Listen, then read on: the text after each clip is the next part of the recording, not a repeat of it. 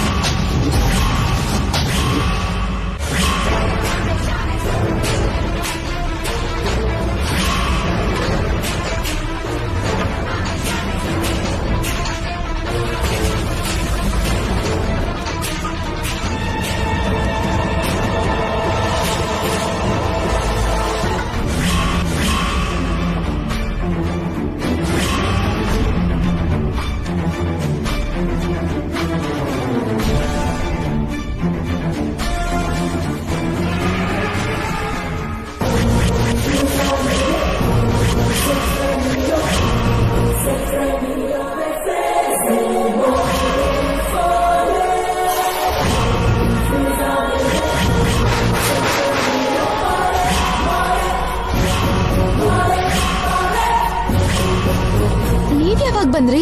Just ಬಂದೆ. ಬಾಗ್ಲು ಹಾಕಿತ್ತಲ್ಲ, ಹೇಗ್ ಬಂದ್ರಿ? ಹೌದು, ಬಾಗ್ಲು ಹಾಕಿತ್ತು. ಸುಮ್ನೆ ಹಾಗೆ ಎಳೆದಿತ್ತಷ್ಟೇ.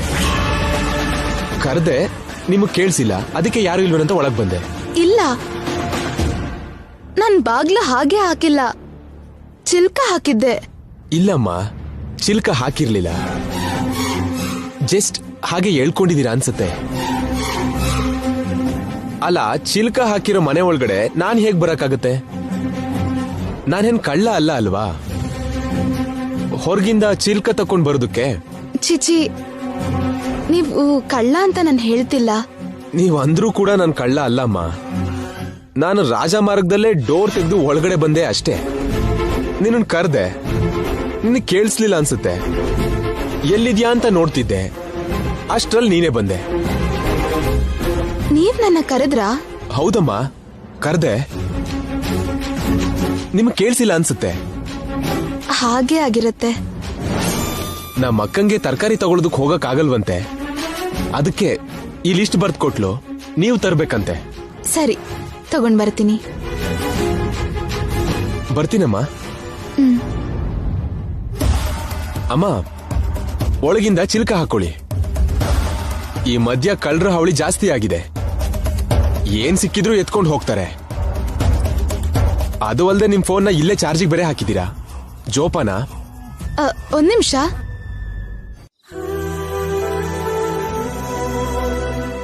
ಅತ್ತೆ ಅತ್ತೆ ಅತ್ತೆ. ಏನ್ರು? ಅತ್ತೆ, ನಿನಗ್ ಹಾಡ್ ಹೇಳಕ್ ಹೋಗ್ತಿದ್ದಂತೆ? ನಾನಾ? ಈಗ ಹಾಡ್ತೀನಾ? ಹೌದು, ಅದನ್ನ ರೆಕಾರ್ಡ್ ಕೂಡ ಮಾಡ್ತಾರಂತೆ. ನಾನ್ ಹಾಡ್ ಹಾಡೋದೇನು, ಅದನ್ ರೆಕಾರ್ಡ್ ಮಾಡೋದೇನು? ಯಾರು ಹೇಳಿದ್ದು? ನಮ್ಮ ಬ್ರಹ್ಮಾಜಿ ಮಾವ ಹೇಳಿದ್ರು. ನಾನ್ ಹಾಡ್ ಹಾಡ್ತೀನಿ ಅಂತ, ಅದನ್ನ ರೆಕಾರ್ಡ್ ಮಾಡ್ತೀನಿ ಅಂತ ನಿಮ್ ಮಾವ ಯಾಕೆ ಹೇಳ್ತಾರೆ? ಅವರಿಗೆ ನಾನೇ ಹೇಳಿದ್ದು. ನೀವ್ ಹೇಳಿದ್ರಾ? ಹೌದು, ಸೋಷಿಯಲ್ ಮೀಡಿಯಾಗ್ ನಿನ್ ಹಾಡನ್ನ ಅಪ್ಲೋಡ್ ಮಾಡ್ಬೇಕು ಅನ್ಕೊಂಡ್ವಲ್ವಾ? ಹೌದು, ಅನ್ಕೊಂಡಿದ್ದೆ. ಆದ್ರೆ ಈಗ ಮಾಡ್ಬೇಕು ಅಂತ ಅನ್ಕೊಂಡಿಲ್ವಲ್ಲ. ಇವತ್ತು ತುಂಬಾ ಒಳ್ಳೆ ದಿನ ಅಂತೆ. ಮೊದಲನೇ ಸಾಂಗ್ ರೆಕಾರ್ಡ್ ಮಾಡಿದ್ರೆ ಒಳ್ಳೇದು ಅಂತ ಇವ್ರ ಮಾವ ಹೇಳಿದ್ರು. ಹಾಗಾದ್ರೆ ಕ್ಯಾಮ್ರಾ ತನ್ನಿ, ರೆಕಾರ್ಡ್ ಮಾಡೋಣ ಅಂತಂದೆ. ಬ್ರದರ್ ಹೇಳಿದ್ರು, ಸೊ ನನ್ ಕ್ಯಾಮ್ರಾ ಜೊತೆ ಬಂದ್ಬಿಟ್ಟೆ. ಸಡನ್ ಆಗಿ ಹೀಗ್ ಹಾಡ್ ಹಾಡ್ಬೇಕು ಅಂದ್ರೆ ಕಷ್ಟ ಆಗತ್ರಿ. ನಿನ್ಗೇನ್ ಕಷ್ಟ ಅತ್ತೆ? ಯಾವಾಗ ಹಾಡಿದ್ರು ಚೆನ್ನಾಗಿ ಹಾಡ್ತೀಯ. ಹೌದು, ನಿದ್ರೆ ಲೆಬ್ಸಿ ಕೇಳಿದ್ರು ಕೂಡ ನೀನು ಅದ್ಭುತವಾಗಿ ಹಾಡ್ತೀಯ. ಸರಿ, ಯಾವ ಹಾಡ್ ಹಾಡೋದು? ನಿನ್ನಿಷ್ಟ. ನಿಂಗ್ ಇಷ್ಟ ಆಗಿರೋ ಒಂದೊಳ್ಳೆ ಹಾಡಾಡತ್ತೆ. ಸರಿ, ಅದನ್ನೇ ಹಾಡ್ತೀನಿ. ಬ್ರದರ್, ನೀವು ವಿಡಿಯೋ ಸ್ಟಾರ್ಟ್ ಮಾಡಿ. ಹಾ, ಸ್ಟಾರ್ಟ್ ಮಾಡ್ತೀನಿ. ಹೋಗ್ಬೇಕಮ್ಮ, ಹೋಗ್ಬೇಕು. ನಿನ್ನನ್ ಬಿಟ್ರೆ ಅವ್ರಿಗಾದ್ರೂ ಯಾರಿದ್ದಾರೆ ಹೇಳು? ನೀನು ಖಂಡಿತ ಹೋಗ್ಬೇಕು. ಅಮ್ಮಂಗೋಸ್ಕರ ಹೋಗ್ತಿರೋದು ನಿಜ ಆಗಿದ್ರು ನನ್ ಮನ್ಸೆಲ್ಲ ಇಲ್ಲೇ ಇರುತ್ತೆ ಅತ್ತೆ. ಮಾವ ಹೇಗಿದಾರೋ, ಮಾವಂಗೆ ಟೈಮ್ಗೆ ಮೆಡಿಸಿನ್ ಕೊಡ್ತಿದಾರೋ ಇಲ್ವೋ ಅಂತ ಟೆನ್ಷನ್ ಅಲ್ಲೇ ಇರ್ತೀನಿ. ಯಾವ್ದೋ ಕೆಲ್ಸದಲ್ಲಿ ನೀವು ಟ್ಯಾಬ್ಲೆಟ್ ಕೊಡೋದಕ್ಕೆ ಮರ್ತೋಗ್ತೀರಾ ಅನ್ನೋದೇ ನನ್ ಭಯ. ಆ ಟ್ಯಾಬ್ಲೆಟ್ನ ಒಂದಿನ ಕೂಡ ಮರ್ತ್ಬಿಟ್ರೆ ಪ್ರಾಣಕ್ಕೆ ಅಪಾಯ ಅಂತೆ. ಅದಕ್ಕೆ ನಿಮ್ಗೆ ಈಸಿ ಆಗ್ಲಿ ಅಂತ ಆ ಟ್ಯಾಬ್ಲೆಟ್ಸ್ ಎಲ್ಲ ತೆಗೆದು ಆ ಬಾಕ್ಸಲ್ಲಿ ಹಾಕಿದೀನಿ. ದಿನ ಬೆಳಗ್ಗೆ ಸಂಜೆ ಮರಿದೆ ಕೊಡಿ. ಸರಿನಮ್ಮ, ಮರಿದೆ ಖಂಡಿತ ಕೊಡ್ತೀನಿ.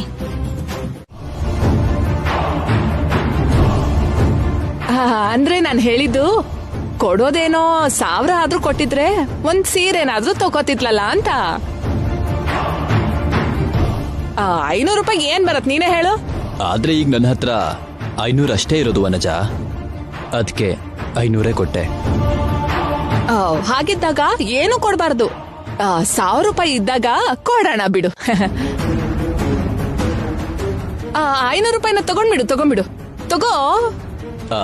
ತಪ್ಪು ವನಜ, ರಾಖಿ ಕಟ್ಟಿದ್ದಕ್ಕೆ ಕೊಟ್ಟ ದುಡ್ಡು ವಾಪಸ್ ತಗೋಬಾರ್ದು. ನೆಕ್ಸ್ಟ್ ಇಯರ್ 1000 ಕೊಡ್ತೀನಿ ಬಿಡು. ಹಾಗಾದ್ರೆ ಸರಿ ಬಿಡು. ನಿಮ್ಮ ಅಣ್ಣ ಕೊಟ್ಟಿರೋ 500 ರೂಪಾಯಿನ ಹುಷಾರಾಗಿ ಇಟ್ಕೊಳಮ್ಮ. ಬರ್ತೀನಣ್ಣ. ಆಗ್ಲಮ್ಮ. ಬರ್ತೀನತ್ತ.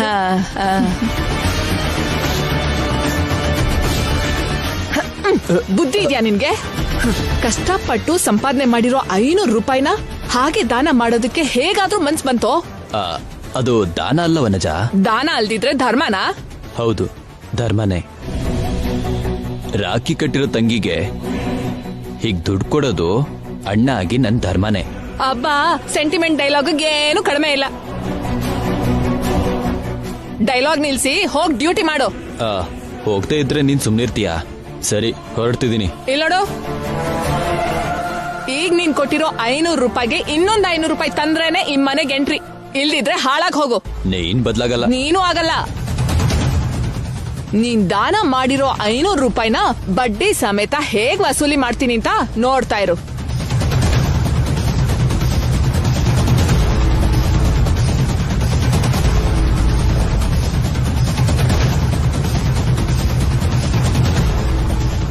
ನೀನ್ ಕಳಿಸಿರೋ ಬಂಗಾರದ ಗೊಂಬೆ ವಿಡಿಯೋ ಸಾಂಗ್ನ ನಮ್ ಬಾಸಿಗೆ ಕಳಿಸಿದ್ದೆ.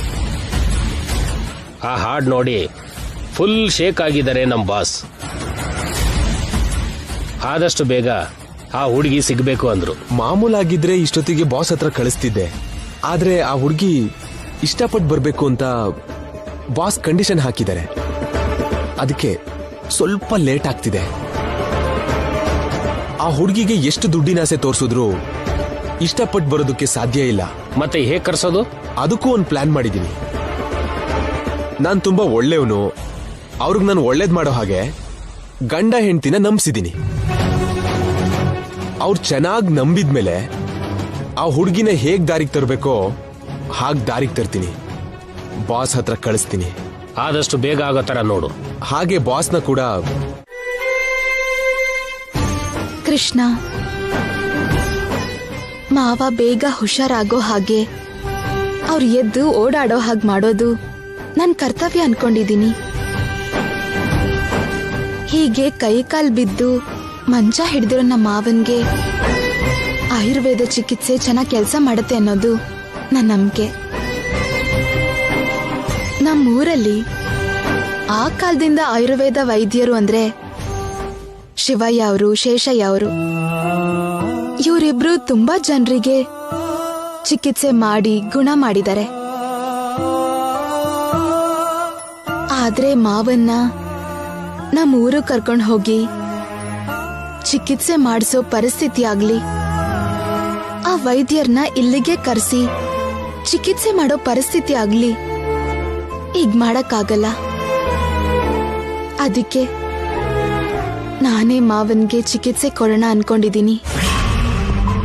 ಸತ್ಯ ಅಣ್ಣನ ಹತ್ರ ಆ ಚಿಕಿತ್ಸೆಗೆ ಸಂಬಂಧಪಟ್ಟಿರೋ, ಆ ಎಣ್ಣೆಗೆ ಸಂಬಂಧಪಟ್ಟಿರೋ ಎಲ್ಲಾ ವಿಷಯ ತಿಳ್ಕೊಂಡಿದೀನಿ. ಇವತ್ತು ಪಂಚಮಿ ಸೋಮವಾರ, ಒಳ್ಳೆ ದಿನ. ಅದಕ್ಕೆ ಚಿಕಿತ್ಸೆ ಶುರು ಮಾಡೋಣ ಅನ್ಕೊಂಡಿದೀನಿ. ನಾನ್ ಹೀಗ್ ಯಾರಿಗೂ ಹೇಳ್ದೆ ಆ ಮನೆಗ್ ಹೋಗಿ ಚಿಕಿತ್ಸೆ ಮಾಡ್ತೀನಿ ಅನ್ನೋ ವಿಷಯ ಅಕ್ಕೆಲ್ಲವ್ರಿಗೆ ಹೇಳಿದ್ರೆ ತುಂಬಾ ಹೆದರ್ತಾರೆ. ಅಕಸ್ಮಾತ್ ನಾನ್ ಸಿಕ್ಬಿದ್ರೆ ನನ್ನ ನೋಡ್ತಿದ್ದ ಹಾಗೆ ಅತ್ತೆ ಏನಂತಾರೋ, ಐಶ್ವರ್ಯ ಅಕ್ಕ ಏನ್ ಮಾಡ್ತಾಳೋ ಅಂತ ಅಖಿಲ್ ಅವರು ತುಂಬಾ ಭಯ ಪಡ್ತಾರೆ.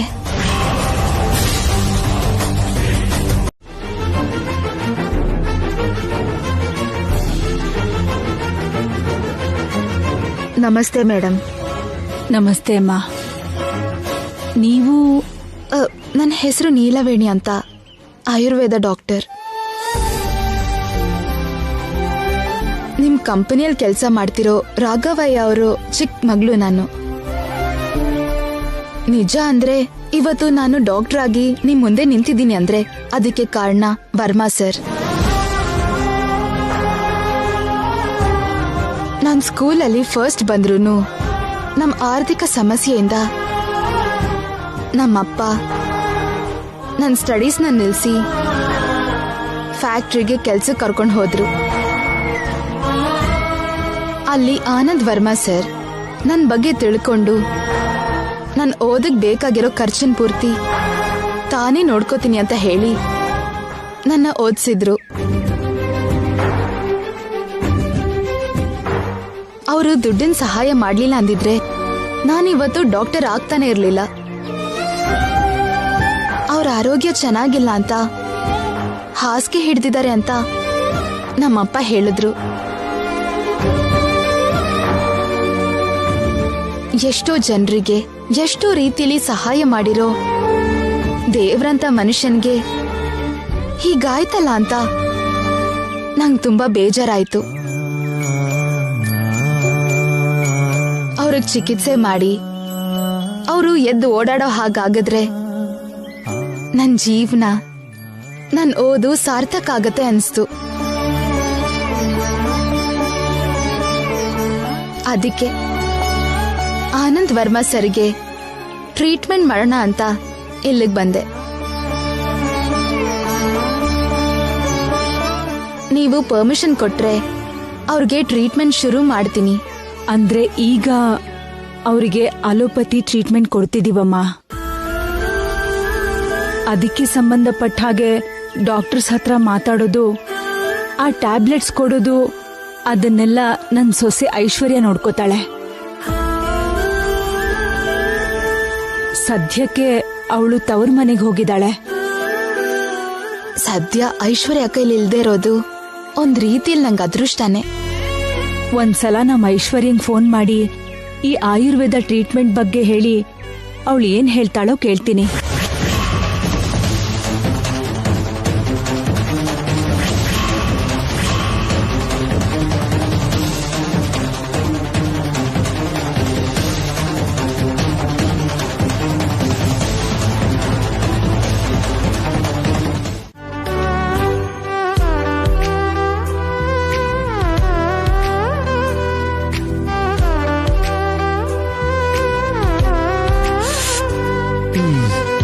ಕಾಫಿ ಟೇಸ್ಟು ಕಾಫಿ ಪುಡಿಲಿರುತ್ತಾ, ಹಾಕೋ ಸಕ್ಕರೆಲಿರುತ್ತಾ, ಹಾಲಲ್ಲಿರುತ್ತಾ ಅಂತ ನನಗಿಷ್ಟು ದಿನ ಒಂದು ಡೌಟ್ ಇರ್ತಿತ್ತು.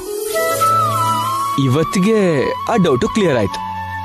ಹೇಗ್ ಕ್ಲಿಯರ್ ಆಯ್ತು? ಕಾಫಿ ಟೇಸ್ಟ್ ಅನ್ನೋದು ಆ ಮೂರರಲ್ಲೂ ಇರೋದಿಲ್ಲ, ಮಾಡೋರ್ ಕೈಯಲ್ಲಿರುತ್ತೆ ಅಂತ ಗೊತ್ತಾಯ್ತು. ಈಗೀಗ ನೀವು ಸುಮ್ನೆ ನನ್ನ ತುಂಬಾ ಹೊಗಳ್ತಿದ್ದೀರಾ. ಸುಮ್ನೆ ಏನ್ ಹೊಗಳ್ತಾ ಇಲ್ಲ, ಕಾರಣ ಇರೋದಿಕ್ಕೆ ಹೊಗಳ್ತಾ ಇರೋದು. ಕಾಫಿ ಇಷ್ಟು ಸಖತ್ತಾಗಿ ಮಾಡಿರೋದಕ್ಕೆ ಹೊಗಳ್ತಾ ಇರೋದು.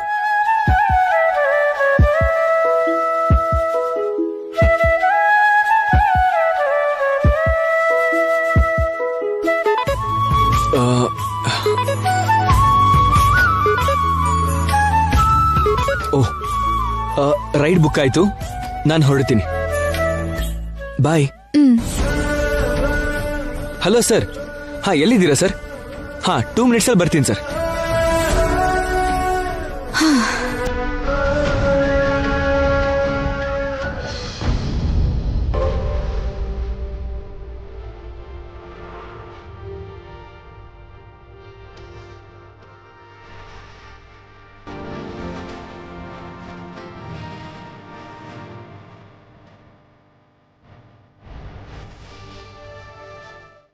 ಅತ್ತೆ ನೋಡಿದ್ರಾ, ಕೈ ಕಾಲ್ ಹೇಗೆ ಆಡಿಸ್ತಿದ್ದಾರೆ ಅಂತ.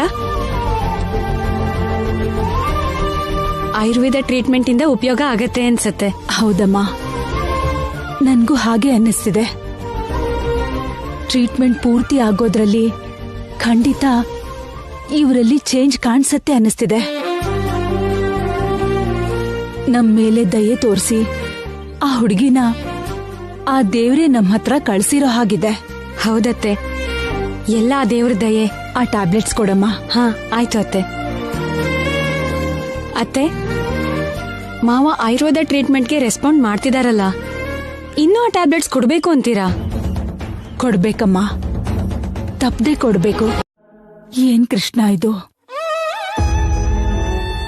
ಯಾಕ್ ಕೃಷ್ಣ ನಮ್ ಮೇಲೆ ನಿನಗಿಷ್ಟು ಕೋಪ ಬಂದಿದೆ?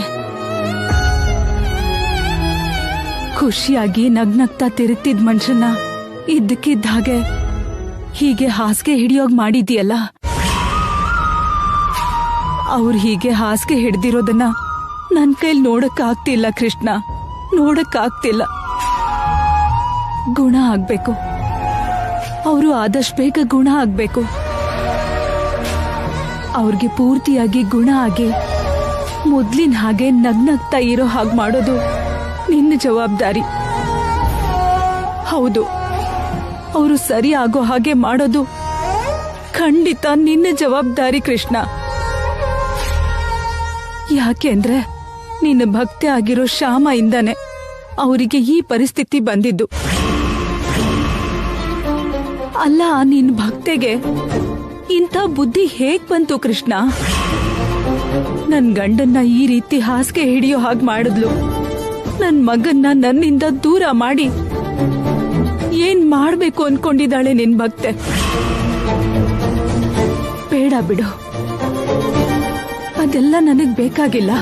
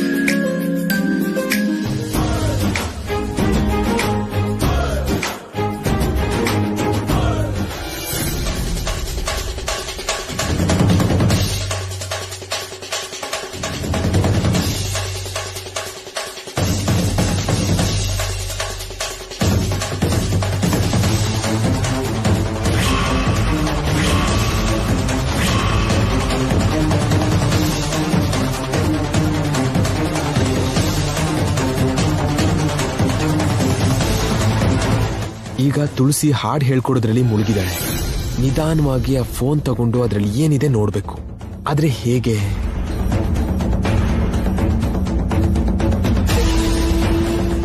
ಎಸ್, ನನ್ನ ಫೋನ್ ಚಾರ್ಜ್ ಮುಗ್ದೋಗಿದೆ ಅಂತ ಹೇಳಿ ಅವಳ ಫೋನ್ನ ಇಸ್ಕೋಬೇಕು.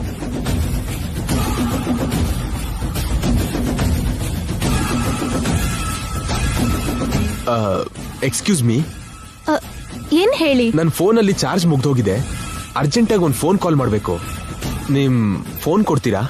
ಕೊಡ್ತೀನಿ, ಒಂದ್ ನಿಮಿಷ ಇರಿ. ನೀವು ಕೂತ್ಕೊಳ್ಳಿ. ಸಂಗೀತ ಹೇಳ್ಕೊಡ್ತಿದ್ದೀರಲ್ವಾ? ಫೋನ್ ಎಲ್ಲಿದೆ ಹೇಳಿ, ನಾನ್ ತರ್ತೀನಿ. ಅಲ್ಲಿ ನೋಡಿ, ಚಾರ್ಜ್ ಹಾಕಿದ್ದೀನಿ, ತಗೊಳ್ಳಿ. ಸರಿ. ಪಲ್ಲವಿ,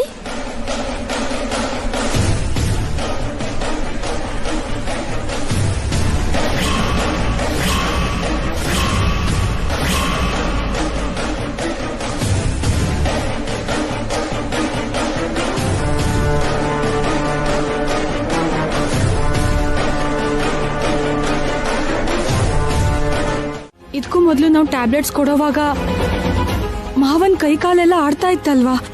ಹೌದು, ಆದ್ರೆ ಈಗ ನೋಡಿ ಹೇಗೆ ಐಡಲ್ ಆಗಿದೆ ಅಂತ. ಏನ್ರಿ? ಅಯ್ಯೋ,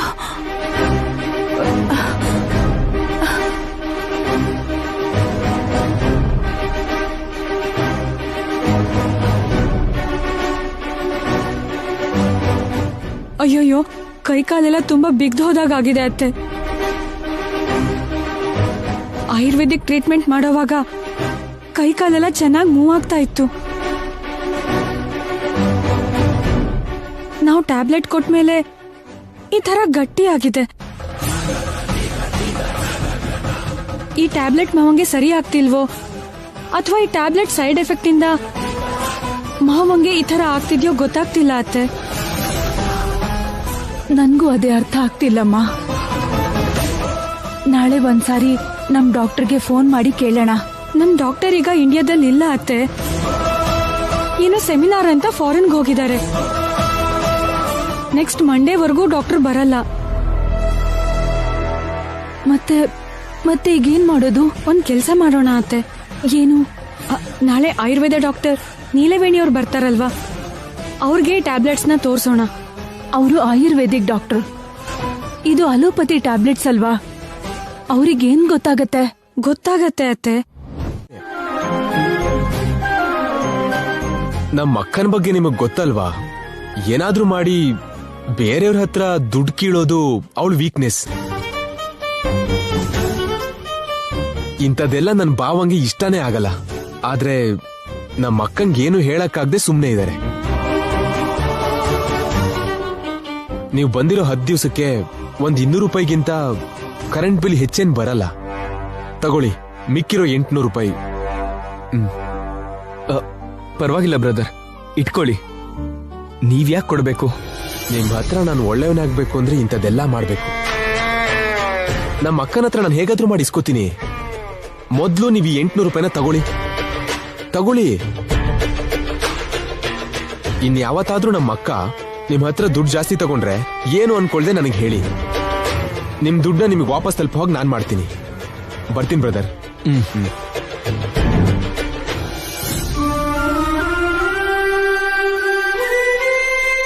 ಅಂತ ಬಜಾರಿ ಅಕ್ಕಂಗೆ ಇಂಥ ಒಳ್ಳೆ ತಮ್ಮ ಇದಾನಲ್ಲ. ಹೌದ್ರಿ, ಇವ್ರು ತುಂಬಾ ಒಳ್ಳೆಯವ್ರು ಅನ್ಸತ್ತೆ.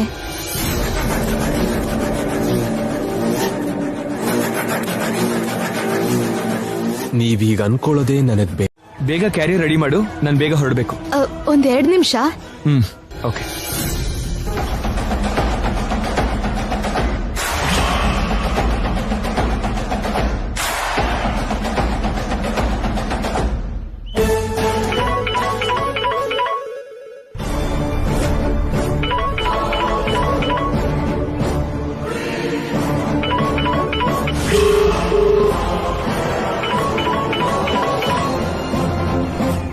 ಏನಂದ್ರೆ?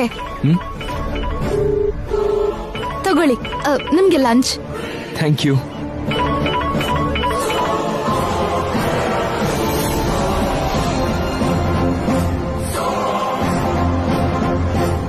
ಯಾಕೆ ಹಾಗೆ ಟೆನ್ಷನ್ ಅಲ್ಲಿ ಇದೆಯಾ? ಟೆನ್ಷನ್ ಅಂದ್ರೆ ಅದೇ ನಿಮ್ಗೆ ಲೇಟ್ ಆಗತ್ತೇನೋ ಅಂತ. ಒಂದ್ 5 ನಿಮಿಷ ಲೇಟ್ ಆದ್ರೆ ಊರ್ ಮುಳುಗೋಗತ್ತಾ ಹೇಳು? ನೀವೇನಾದ್ರೂ ಆ ಫೋನ್ ನೋಡಿದಿದ್ರೆ ನನ್ ಕತೆ ಮುಗ್ದು ಹೋಗ್ತಿತ್ತು. ಸರಿ, ನಾನು ಹೊರಡ್ತೀನಿ. ನಿನ್ ಮುಂದೆ ಬರ್ತೀಯಾ? ಹಾ, ಬರ್ತೀನಿ. ಬಾ.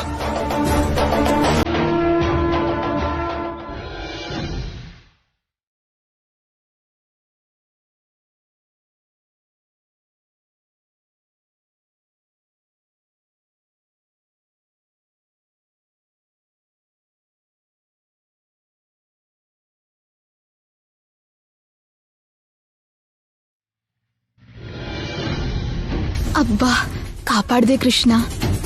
ಈಗ ಅಕ್ಕಂಗೆ ಫೋನ್ ಮಾಡ್ಬೇಕು.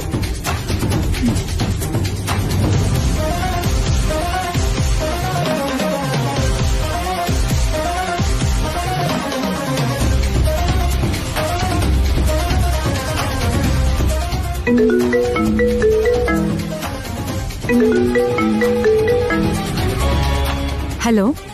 ಹಲೋ. ನಮಸ್ತೆ ಡಾಕ್ಟರ್. ನಮಸ್ತೆ ಮೇಡಮ್.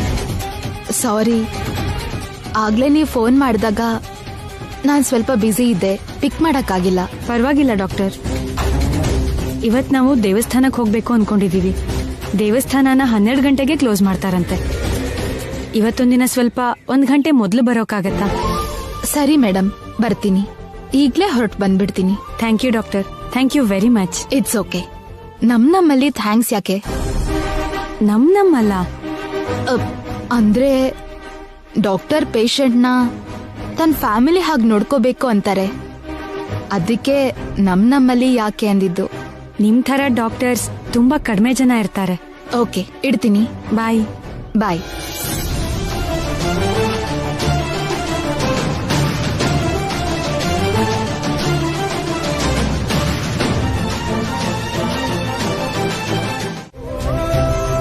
ನನ್ ನೋವು ಅವಳಿಗೀಗ ಅರ್ಥ ಆಗಲ್ಲ. ನಾಳೆ ಅವಳು ಕೂಡ ನವಮಾಸಗಳ ಹೊತ್ತು ಒಬ್ಬ ಮಗನ್ನ ಹೆತ್ರೆ ಆ ಮಗ ಹೆಂಡತಿಗೋಸ್ಕರ ಅವಳನ್ನ ಬಿಟ್ಟು ಹೊರಟೋಗ್ತಾನಲ್ಲ, ಆಗ ಅವಳಿಗೆ ಗೊತ್ತಾಗತ್ತೆ ನನ್ ನೋವು.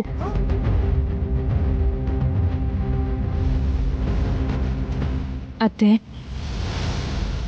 ನೀವ್ ಹೀಗೆಲ್ಲ ಮಾತಾಡ್ಬೇಡಿ. ಅಮ್ಮನ್ ಥರ ಇರೋ ನಿಮ್ಮಿಂದ ಈ ರೀತಿ ಮಾತುಗಳು ಬರಬಾರ್ದು. ನಾನೇನ್ ಬೇಕು ಅಂತ ಹೀಗ್ ಮಾತಾಡ್ತಿಲ್ಲಮ್ಮ. ನನ್ ಹೊಟ್ಟೆಲ್ ಬೆಂಕಿ ಬಿದ್ದಿದೆ, ಅದಕ್ಕೆ ಹೀಗ್ ಮಾತಾಡ್ತಿದ್ದೀನಿ. ನನ್ಗರ್ಥ ಆಗತ್ತೆ ಅತ್ತೆ. ನಿಮ್ ನೋವು ದೂರ ಆಗಿ ಎಲ್ರೂ ಒಟ್ಟಿಗೆ ಇರೋ ದಿನ ಆದಷ್ಟು ಬೇಗ ಬರತ್ತೆ. ಆ ಕೃಷ್ಣನೇ ಮತ್ತೆ ನಮ್ಮನ್ನ ಒಂದ್ ಮಾಡ್ತಾನೆ.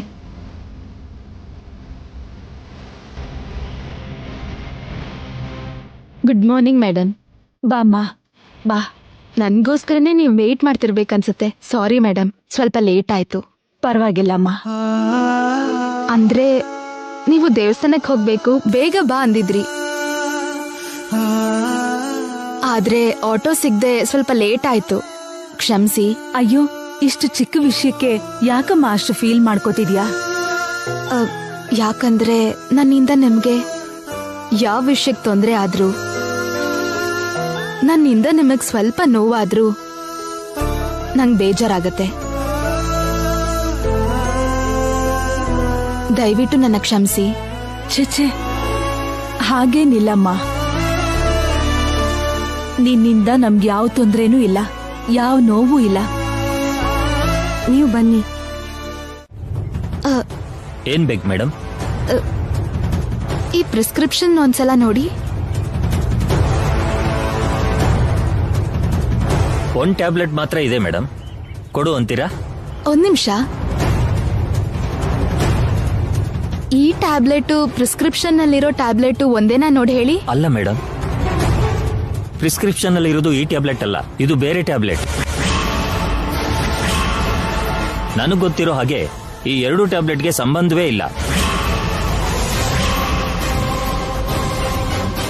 ಪ್ರಿಸ್ಕ್ರಿಪ್ಷನ್ ಅಲ್ಲಿರೋ ಟ್ಯಾಬ್ಲೆಟ್ ಕೊಟ್ರೆ ನರ ಸ್ಟ್ರಾಂಗ್ ಆಗುತ್ತೆ, ಆದ್ರೆ ಈ ಟ್ಯಾಬ್ಲೆಟ್ ಕೊಟ್ರೆ ನರ ವೀಕ್ ಆಗ್ಬಿಡುತ್ತೆ. ವೀಕ್ ಆಗ್ಬಿಡುತ್ತಾ? ಹೌದಮ್ಮ, ಕಂಟಿನ್ಯೂಸ್ ಆಗಿ ಈ ಟ್ಯಾಬ್ಲೆಟ್ ಕೊಟ್ರೆ ಕಾಲು ಕೈ ಶಾಶ್ವತವಾಗಿ ಸ್ವಾಧೀನ ಇಲ್ದಂಗಾಗುತ್ತೆ.